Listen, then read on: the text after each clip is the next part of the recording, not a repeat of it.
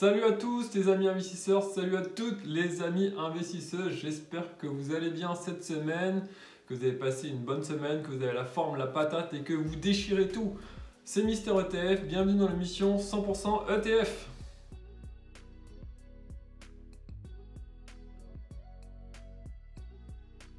Alors avant de commencer cette nouvelle vidéo sur les ETF, je souhaitais vous dire un grand merci pour les 650 abonnés à la chaîne de Mister ETF. Franchement, ça fait super plaisir. Alors n'hésitez pas à vous abonner, à commenter, à liker pour ne pas rater les prochaines vidéos sur les ETF. Vous allez voir, c'est super passionnant. La chaîne fait que croître et de grandir, donc merci encore pour tout. Alors j'ai fait un petit sondage sur Instagram et sur YouTube pour savoir quels ETF vous souhaitez que je vous présente cette semaine, et à une grande majorité vous avez souhaité un ETF sur la robotique. Excellente idée, excellent sujet, on va aller voir ça ensemble. Mais avant d'aller dans les détails sur cet ETF robotique, je vous laisse une petite minute regarder le reportage de BFM TV. C'est super intéressant et c'est exactement sur la robotique. Et puis c'est l'autre conséquence des pénuries de main-d'œuvre. La robotisation de l'industrie et de la logistique s'accélère. Le secteur attend 13% de croissance au niveau mondial cette année. Aux États-Unis, les installations de robots industriels battent des records. Simon Tenenbaum. 10 000 robots industriels commandés au seul troisième trimestre. Les États-Unis n'avaient jamais vu ça. 40% de croissance annuelle. Et c'est d'autant plus notable que l'automobile en difficulté reste en retrait. En France, le secteur attend une croissance à 2 chiffres cette année. La demande est tirée par la métallurgie, l'électronique, la chimie, la pharmacie ou l'agroalimentaire qui accélèrent leur robotisation, notamment face aux pénuries de main-d'œuvre. La pandémie a aussi servi d'accélérateur. Les commandes de robots de nettoyage professionnel ont doublé l'an dernier. La demande de robots médicaux a presque triplé. Dans la logistique, qui doit en même temps absorber l'explosion du e-commerce, les robots sont devenus une nécessité.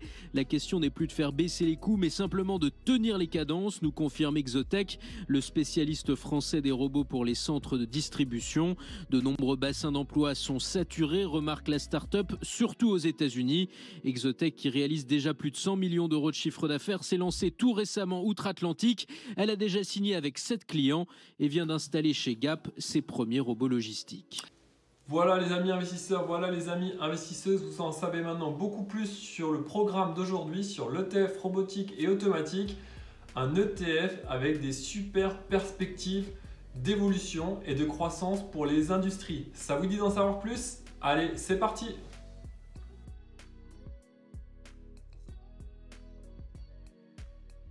Alors les amis investisseurs, alors les amis investisseuses, on va aller voir maintenant le détail de cet ETF iShare Automation et Robotique que je vous propose cette semaine, un ETF super passionnant.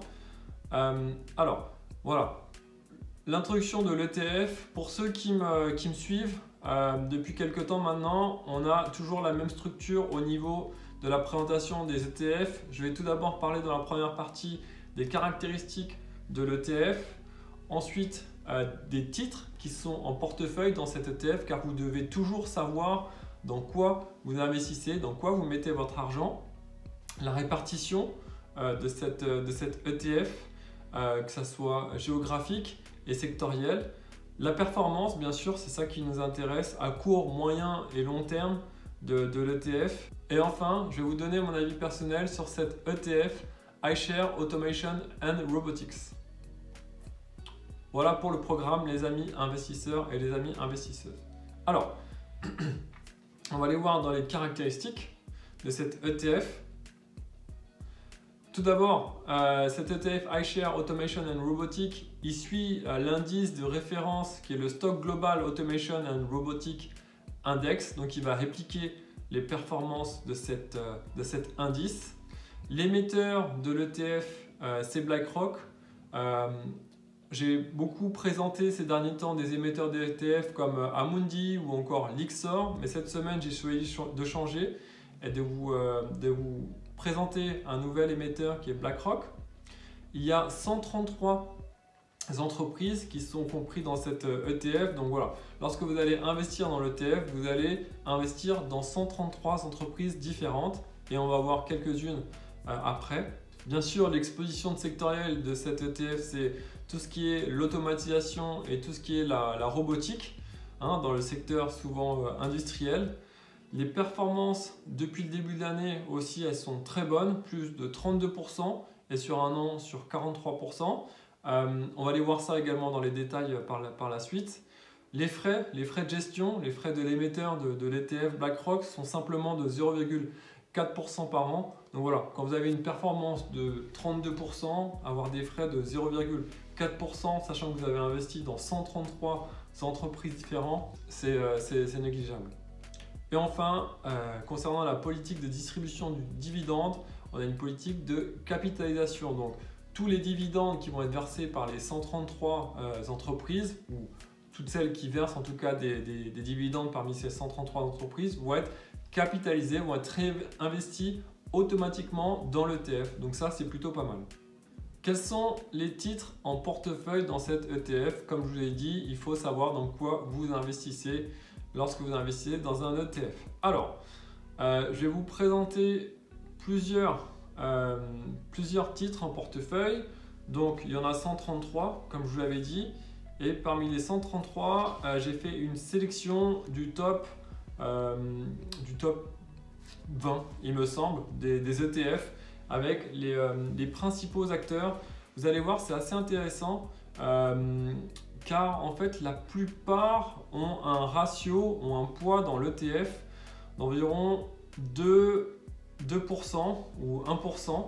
Donc en fait, voilà, vous avez une grande diversité d'entreprises qui composent cet ETF et je ne vais pas aller dans les détails cette semaine dans chaque entreprise, mais voilà, je vous ai mis en rouge les quelques entreprises que l'on connaît bien, notamment Nvidia, qui est le spécialiste de la conception des processeurs graphiques, de cartes graphiques et des puces graphiques pour tout ce qui est PC et console. Donc c'est ce qui va permettre par exemple de faire tourner FIFA si vous jouez par exemple à la PlayStation. Et également on parle beaucoup de Nvidia pour tout ce qui est le Meta, le nouveau projet de Mark Zuckerberg de Facebook. La deuxième entreprise que j'ai soulignée, c'est Dassault Systèmes. On en avait également parlé dans une vidéo précédente ensemble. Voilà, c'est un éditeur de logiciels spécialisé dans la conception 3D pour les industriels. Donc ça aussi, c'est une belle société à avoir en portefeuille. Et enfin, Qualcomm, qui a annoncé des résultats records il y a quelques jours. Voilà, c'est une société active dans le domaine de la technologie mobile, spécialisée dans la conception et la mise en place de solutions de télécommunication. Et il travaille notamment avec Apple. Voilà d'autres titres en portefeuille dans cette ETF iShare Automation et Robotics. On a Rockwell. Donc Rockwell, c'est en fait un fournisseur mondial de solutions d'automatisation industrielle. Donc c'est tout ce qui va produire les machines qu'on va mettre sur les lignes de production des industriels. Donc c'est le numéro 1, ou en tout cas un des leaders.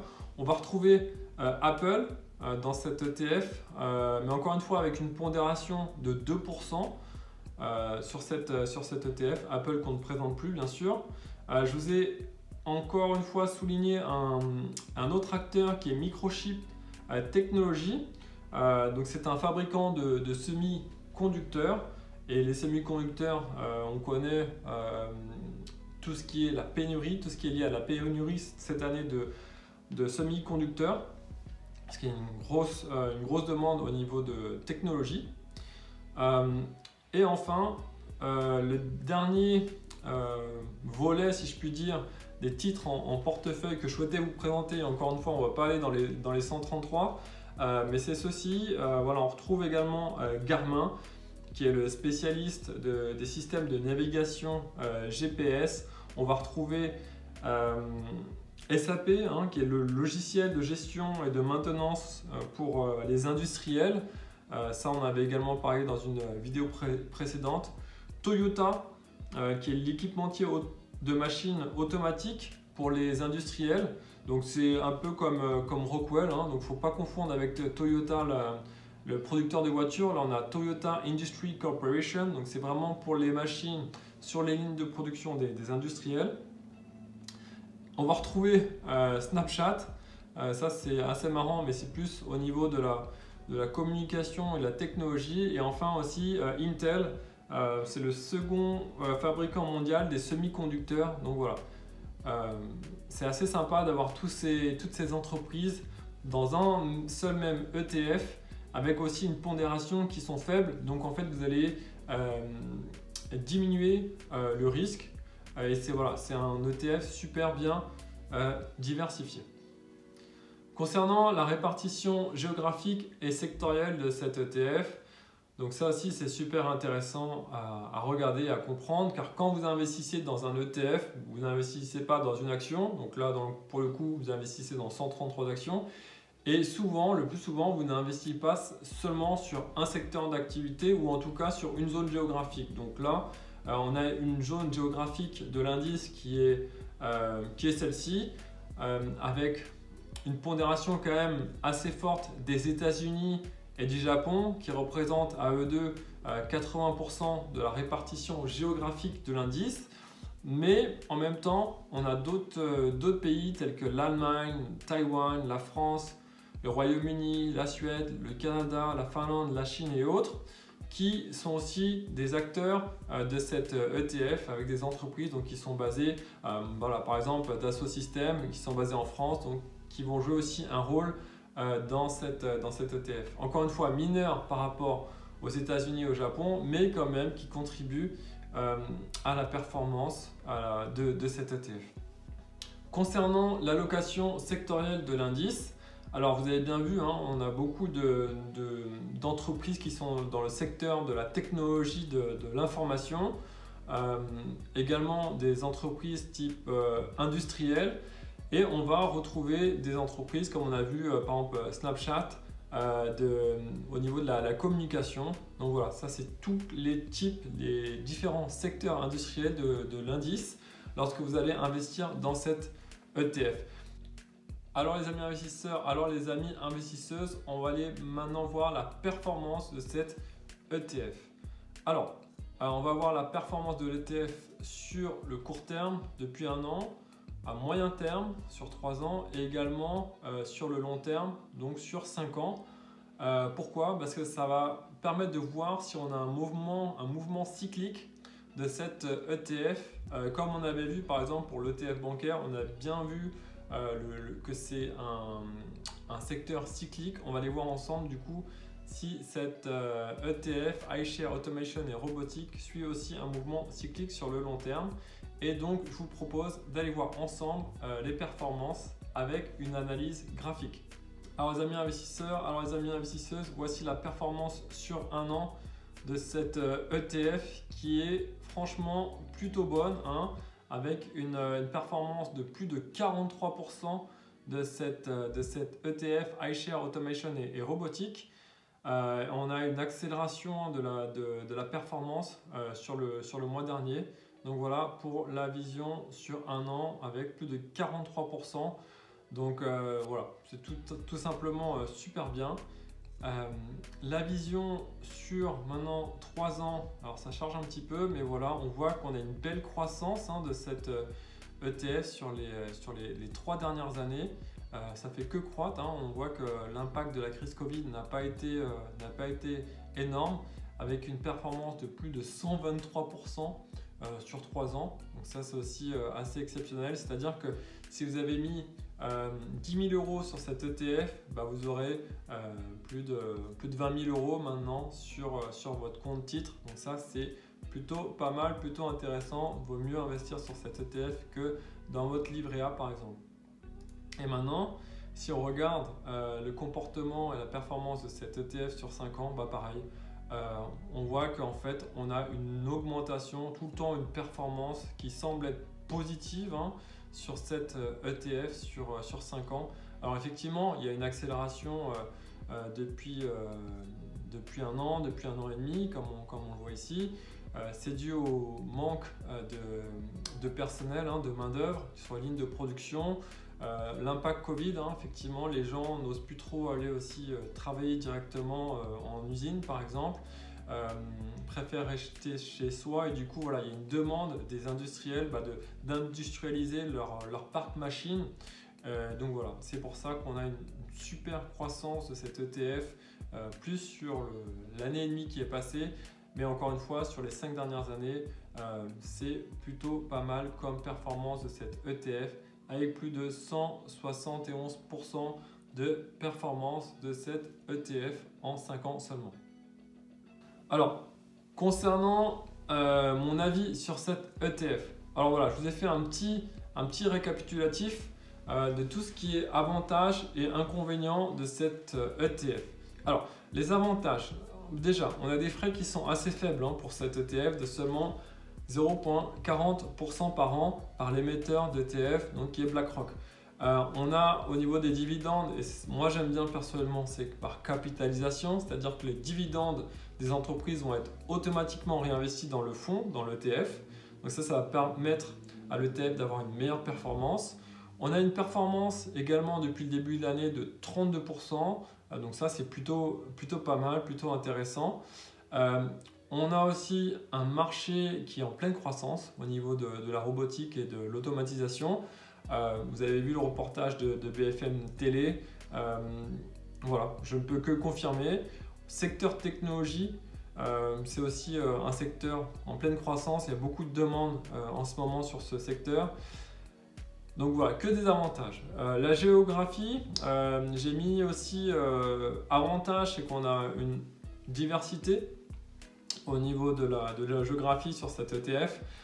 Par contre, j'ai vu qu'il y avait quand même une prédominance US et Japon sur cet ETF à hauteur d'environ 80%.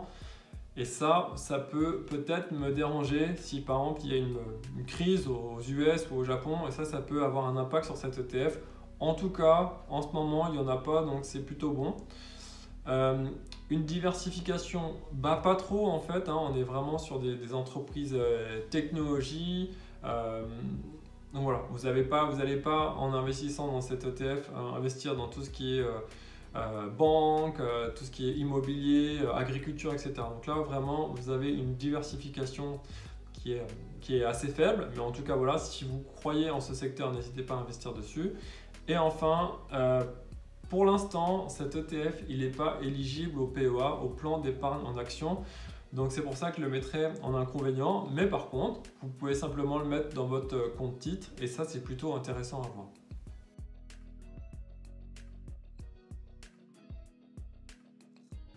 Voilà les amis investisseurs, voilà les amis investisseuses. En conclusion pour cet ETF automatisation et robotisation, il faut l'appeler comme ça. Voilà un bel ETF à avoir dans son compte titre, un ETF en pleine croissance. Il y a beaucoup d'entreprises qui investissent dans tout ce qui est l'automatisation et la robotisation de leur ligne de production pour faire face à la pénurie de main d'œuvre et également aux fortes croissances, à la forte demande des clients. Donc voilà, un bel ETF à avoir dans son compte titre si vous souhaitez investir sur ce secteur. Voilà, merci d'avoir regardé cette vidéo jusqu'au bout, ça m'a fait super plaisir de la faire, j'espère que vous avez pris plaisir à la regarder. Prochaine vidéo la semaine prochaine, d'ici là, prenez soin de vous et je vous dis à la semaine prochaine. Ciao, ciao.